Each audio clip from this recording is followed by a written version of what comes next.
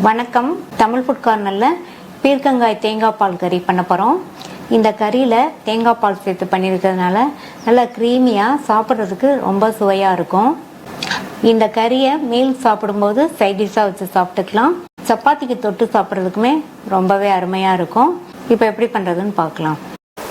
இந்த பேனில் 1 table spoon எண்ணெய் சூடானதும் 1/4 டீஸ்பூன் கடுகு கொஞ்சமாக சேர்த்துக்கங்க போதும். 1 டீஸ்பூன் உளுந்து, 2 டீஸ்பூன் கடலைப்பருப்பு.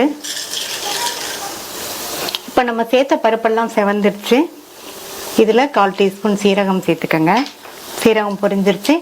கொஞ்சமாக கறிவேப்பிலை இலைகள், 1/4 கப் அளவுக்கு பொடியாக கட் பண்ண வெங்காயம். இது கூட 2 பச்சை மிளகாவை கீரி சேர்த்துக்கலாம்.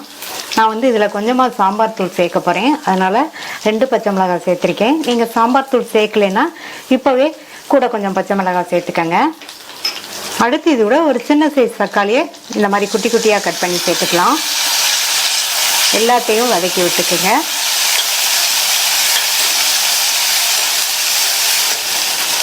சேர்த்த எல்லாமே 1 நிமிஷம் வதங்கிடுச்சு.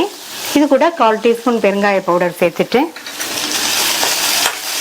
ஒரு வதக்கி விட்டுட்டு கட் பண்ணி வச்ச பீர்க்கங்காயை சேர்த்துக்கலாம். நான் 300 கிராம் பீர்க்கங்காயை தோல் சீவிட்டு இந்த சைஸ் துண்டுகளாக கட் பண்ணி வச்சுருக்கேன். அதை சேர்த்துட்டு இந்த காயை எண்ணெயிலேயே நல்லா வதக்கி கொடுங்க. இந்த காய் வதங்கி கொஞ்சம் சுருங்கி வரணும். அது வரைக்கும் எண்ணெயிலேயே வதக்கிட்டே இருக்கலாம். 3 நிமிஷமாக வதங்கி பீர்க்கங்காய் பார்த்தீங்கன்னா ஓரளவு சுருங்கி வந்திருக்கு. இந்த ஸ்டேஜில் இதுக்கு தேவையான அளவு உப்பு சேர்த்துக்கலாம். நான் 3/4 டீஸ்பூன் உப்பு சேர்த்துருக்கேன். பீர்க்கங்காய்க்கு அவ்வளோவா உப்பு இழுக்காது, அதனால் பார்த்து சேர்த்துக்கங்க. உப்பு சேர்த்து நல்லா மிக்ஸ் பண்ணி விட்டுட்டு இதில் 1 டேபிள் ஸ்பூன் மட்டும் தண்ணி சேர்த்துட்டு நல்லா கலந்து விட்டுட்டு மூடி வச்சுருங்க. தண்ணி அதிகமாக சேர்க்க வேண்டாம். பீர்க்கங்காயில இருந்தும் தண்ணி வெளியே வரும். அதனால் கொஞ்சமாக சேர்த்தா போதும். காய் நல்லா சாஃப்டாக வெந்து வரட்டும்.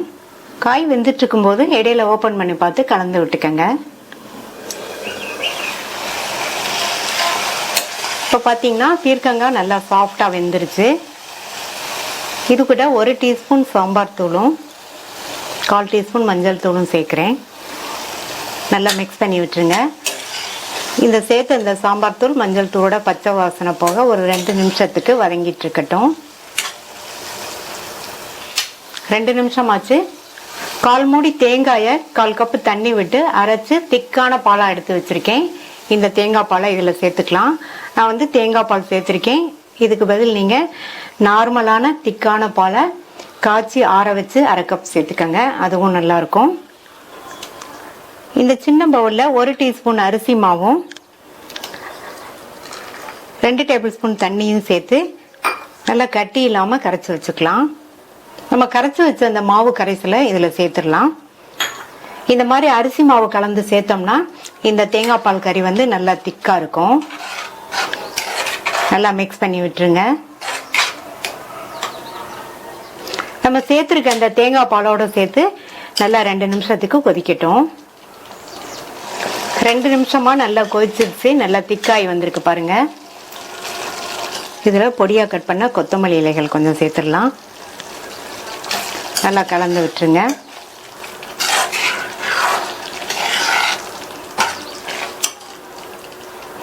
சூப்பரான டேஸ்ட்ல ஈஸியாக பண்ணக்கூடிய பீர்க்கங்காய் தேங்காய் பால் கறி ரெடி ஆயிடுச்சு.